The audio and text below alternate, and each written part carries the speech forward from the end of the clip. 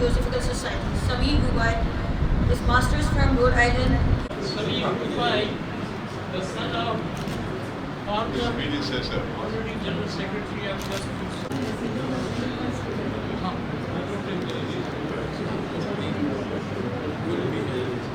Century later, at least, maybe 70 years later. The Theosophical Society was founded in 1875, so this is about 150 years old now. About halfway time was when Pakistan and India were created, became independent. This was a time when major changes were happening after the World War II. The world order was changing.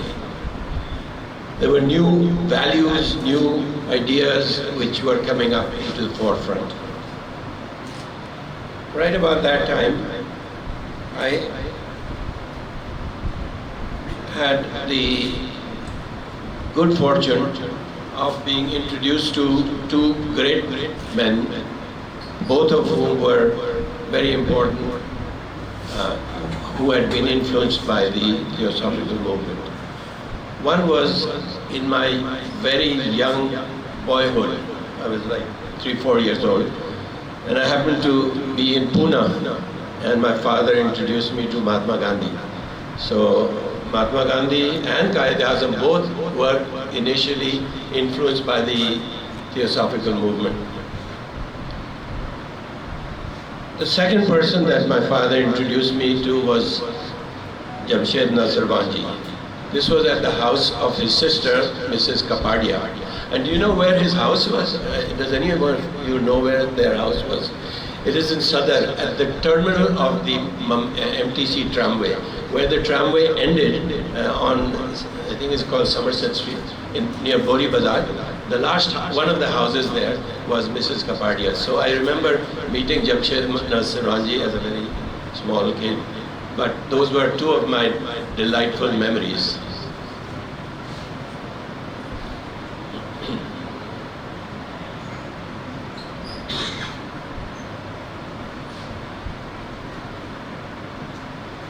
So what was special about the Theosophical Society and the values that it represents? This has been very beautifully enunciated by both the Secretary, Mr. Jamshed, Mr. Mushtaq Jinnani, and by the President. You have very beautifully articulated that. Some of these things that I recall are nonviolence, pluralism, tolerance, respect for the rights of others, love, harmony, as Cardinal Coots just mentioned, the harmony, quest for peace, and the search for knowledge and wisdom. These are the attributes that highlight, in my opinion, the Theosophical Movement. Some of us, or many of us, would recall Mrs. Gool Minwalla. She was the torchbearer of Jamshed Nusserwanjee in Karachi, and was one of the founders of the Karachi Theosophical Society. And I don't know how many of you know that she was the founder of the Montessori system. The AMI Montessori School in Catterick Hall was founded by her. The entire Montessori system was introduced in Pakistan by Mrs. Gool Minwalla. And I'm so glad to hear that now that your hall, the Jamshed Memorial House, has taken this up as one of your flagships in the education of children. Incidentally, the AMI Montessori School, when I was 2.5 years old or 3 years old, and my sister was sitting somewhere here. Is she here or not? Oh yeah, Naseem Salahuddin. They've just gone. Okay, she also was a student there, so we are beneficiaries of the Theosophical Movement, direct beneficiaries.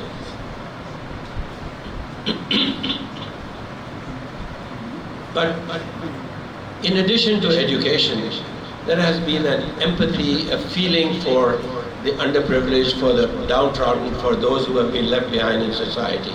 And the Theosophical Movement was always there for their help. I am so happy and proud that many of you were, along with my father, were involved. For example, as the secretary of the Theosophical Society, he was also involved with the rehabilitation of special children, poor patients relief society. They would distribute medicines to the poor and the needy, and to physically handicapped children. And also as secretary of TOS, he was involved with Braille classes in the Ida Rouge School for the blind and coordinated programs for the disabled throughout the city of Karachi. And I remember in 1971, after East Pakistan split, the Biharis, people from East Pakistan, when they came over to Karachi, they made their home in Orangi town. And many of the volunteers from Theosophical Society chose to be there to provide relief to the migrants who had come from there. That's a remarkable contribution. Some of those team members I remember, and I'm sure there are others that I don't. Besides Mrs. Mrs. Gool Minwalla was Mrs. Masters, Dara Mirza, who was tragically victimized, because of his heading this society. Dara Mirza was the president. Mr. and Mrs. Daulat Mehtani, those were household names in my family. They were from the Theosophical, the activists in the Theosophical Society. Now, a couple of things that are outstanding or important from the values that Theosophy represents. One of them, as Madam President, you have said, was the truth, search for truth. And you mentioned universal truth. So the question of universal truth is that of any educator who is in the quest for seeking knowledge. And science happens to be a good scientist is somebody who is searching for the universal truth. And these days, especially, the subject of physics, ever since Albert Einstein's in the last 2 centuries, but more so in the last few decades, the world of science has taken a major role in the development of the world. For example, all these major developments in technology is an application of science. Science is the pursuit of the truth, the universal truth. And the universal truth, we have very limited faculties. Human beings have limited faculties. But even with our limited faculties, some of the areas that we are really, which have been influencing us a lot. One is our understanding of matter, antimatter, our understanding of time, space, energy. These are all now part of a theory which combines the forces of nature into one. The universal truth, this is the pursuit of a scientist. And along with that, we're looking at, there is a group in New York, again New York. New York is not the place of evil necessarily, it's also the place of business, industry, knowledge, expansion, universities. So there is a group there which is the World of Science, which is sponsored on YouTube, and which I wonder if some of you look at it. It's one of my favorite programs. But the World of Science is by Dr. Green. His name is Brian Greene. Brian Greene is a physicist, and they like to bring the universality of sciences under one umbrella.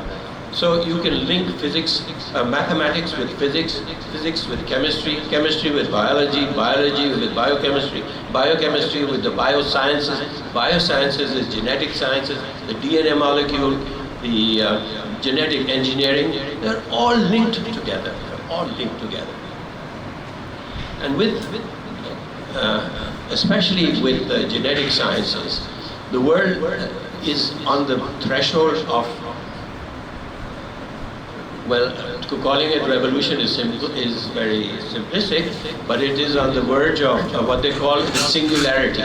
Singularity is when computers and they call it artificial intelligence also, by the year 2035, and certainly much before 2040, the human intelligence and intelligence of computers through AI are going to meet a crossroads where computers will be smarter than human beings. But much before that, in 2035, the world is not going to be the same place as we live in.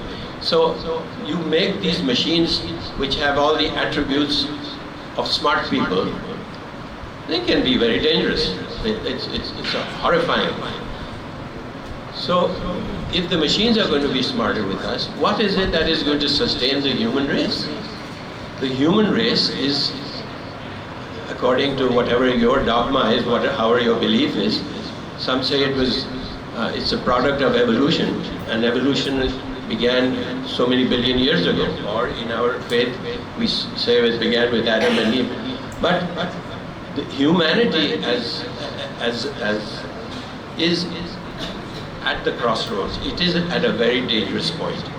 This tool of science, which is called AI and biosciences, genetic engineering, is one of something that the only thing that can stop it is it's a question of values. Those values of the universal, of humanity, of brotherhood, of kindness, of caring for others, of treating others as you would treat yourself, wish for others as you would wish for yourself. Those are the essence of the theosophy, divine wisdom, as the Cardinal said, divine wisdom. We are at a critical stage, and humanity is going to be either continued or discontinued. There's a good chance that we can discontinue ourselves if the kind of values that are being promoted in contemporary world, especially in the last year and a half and two, where people have lost their respect for humanity and have gone out aerial bombardment and starvation and all those horrible animalistic instincts of man. You mentioned the difference between a man and an animal. We have to be able to restrain our instincts. We have to be able to control, like Lord Buddha said, if you can control your basic instincts, you have conquered the world. So that, I think, is the message that we will have to learn from Theosophy. And I'm so happy and privileged to be here. Sir, please, start with us.